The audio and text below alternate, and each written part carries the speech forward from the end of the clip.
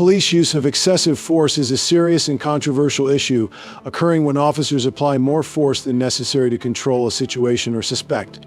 This can result in severe injuries or fatalities and erode public trust in law enforcement. Such incidents often spark outrage and calls for reform to ensure human rights and justice for all. Let's examine a notable case involving Nathan Argent, who is alleged to have obstructed government operations. We'll look into what transpired, what his fate might be, and the actions taken by the officers against him. The incident took place at around 3 a.m. on October 31st, 2023. Officers from the Stuttgart Police Department responded to a 911 call reporting a possible suicide attempt. They arrived at a Walmart store in Stuttgart, Arkansas, where they found Nathan Argent, who was on a break in the store's parking lot. Is your name Nathan? Could be. Let's look it up. Hey, so your wife wanted us to check on you. My wife? Yeah. Are you going through something? Can you put your hands out of your pocket for me? No, you're good. Why do you detained? Hey, I need you to come back over here and talk to me, though. That's a order. Hey. Sir, I'm just trying to, listen, we're just doing a welfare check on you. Yes, I'm not being detained. Yes or no? Not right now. I need to talk to you. Gotta get back to work. He don't want to talk. The officers informed Nathan that they were there for a welfare check after receiving a 911 call from his ex-wife. Nate adamantly denied having suicidal intentions and refused to cooperate with the officers' investigation. When a loved one shows signs of self-harm, listen attentively and ask them directly about their thoughts to show care.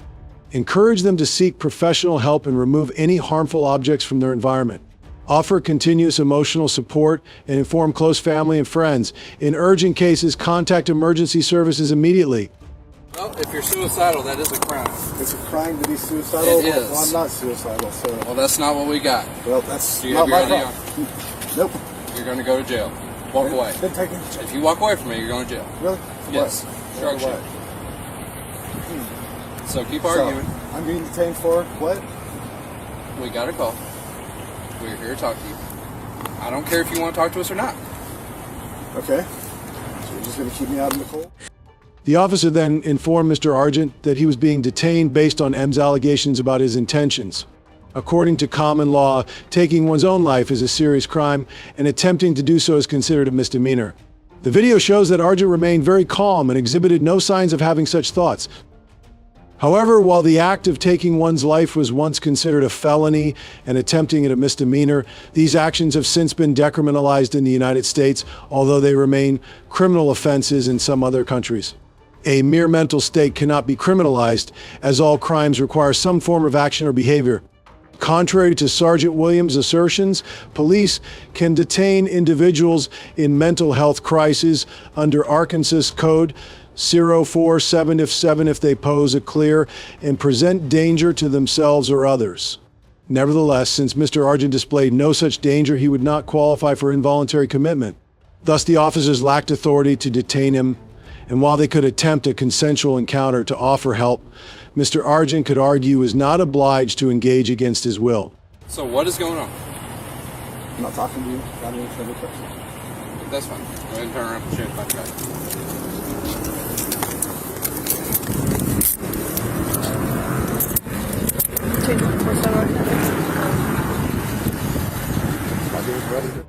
Sergeant Williams threatened to jail Mr. Argent for obstruction if he attempted to leave. When Mr. Argent insisted on having a lawyer present before answering any questions, Sergeant Williams handcuffed him, citing Arkansas's Section 554-102, which defines obstructing governmental operations as a criminal offense. Sergeant Williams threatened to arrest Mr. Argent for obstruction if he left. When Argent refused to answer questions without a lawyer, Williams handcuffed him, citing Arkansas Code Section 554-102, which defines obstruction of governmental operations. Although Williams claimed Argent was lawfully detained, Argent only attempted to leave after Officer Johnson stated he was not detained and did not try to leave once Williams clarified his detention. Supreme Court rulings in Florida v. Royer and Berkemer v. McCarty affirm individuals' rights to refuse questions and leave consensual encounters. Additionally, in Stufflebeam v. Harris, the Eighth Circuit ruled that Arkansas law does not allow arresting someone for refusing to identify themselves without other criminal suspicions. Sorry, why are you searching me? Well, why are you? Because this is more than a Terry stop. Yes, it is. Or I'm obviously not obstructing you. You obviously were. Okay. Because when you walk away from us, when we're here illegally, and you were detained, that is obstruction. Walk away from you. You were 100% walking away from me. That was before you told me I was detained. And it will show on your body cam. What? You're just violating my fucking rights. Well, there's no violation of rights. Therefore, the court would likely find the officers lacked probable cause to detain Argent for obstruction. After arresting him, Sergeant Williams searched Mr. Argent's pockets and placed the contents on the hood of his cruiser. When Mr. Argent objected, Williams insisted the search was lawful since Argent was under arrest, despite previous disputes about his detention status. Throughout the encounter, the officers treated Mr. Argent more like a criminal than a citizen possibly experiencing a mental health crisis.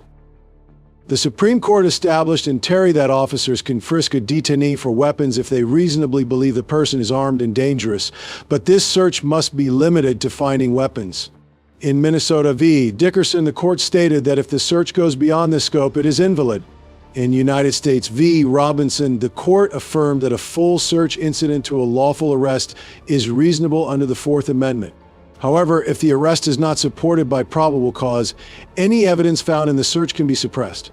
In Mr. Argent's case, the search exceeded the bounds of a Terry frisk, and since the officers likely lacked probable cause for his arrest, any evidence obtained could be suppressed in a criminal case.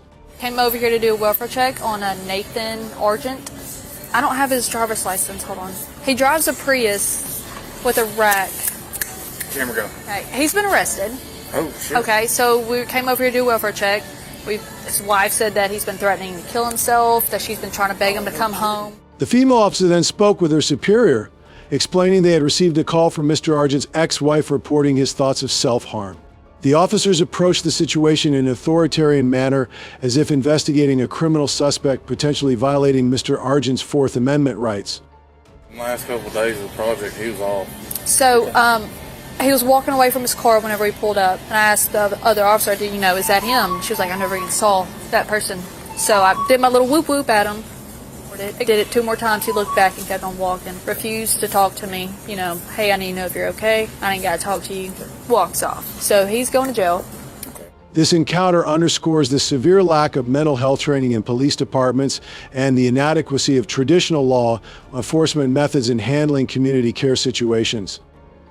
To handle being fired due to false information, gather evidence and request a meeting with your boss to present it. Report the situation to HR for an internal investigation and seek formal written feedback. Consider legal advice to understand your rights and maintain professionalism throughout the process. Focus on rebuilding your reputation and skills for new opportunities.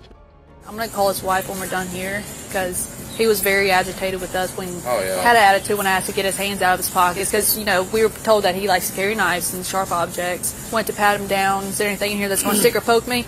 You'll find out. Oh, wow. So, Yeah, that's not something you want to hear. yeah. The officer's description may have caused Nate's supervisors at Walmart to misinterpret his situation. Following his arrest, the police informed Nate's employer about the incident, which led to his termination. I mean, honestly, I hate to see dude's stuff go to get impounded and stuff. See him get Well, stuck we're not out going to tow it because we never actually physically saw him inside the car. So we didn't search his car. We don't know what's in it. We know he had a box cutter that's probably from working up in here. Yeah. But I think we're just going to get him with obstruction, just because he wouldn't like sit there and talk to us. Didn't want to give us his ID. Oh, yeah, you know, we already knew who he was, but. However, Nate's behavior did not meet the usual criteria for a 72-hour mental health hold. The police's decision to arrest and search Nate, despite his repeated invocation of his Fifth Amendment right to remain silent and his questioning of the detention's basis, resulted in an obstruction charge that appears legally questionable.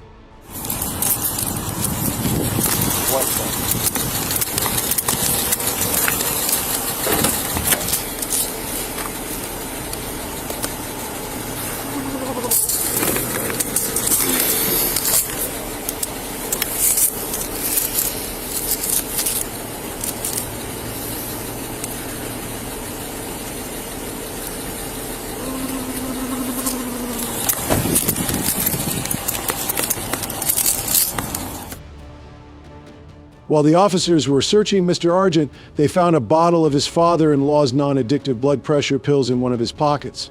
After speaking with his employer, Officer Johnson reported that she had contacted MAMD, who claimed that Mr. Argent had definitely taken the pill bottle from her home. The charges against Nate, including obstruction and the alleged theft of the medication found on him, were later dismissed. It was determined that he had committed no crime and the police had lacked probable cause for his arrest. Mr. Argent's case has ignited a debate over police conduct and individual rights during welfare checks.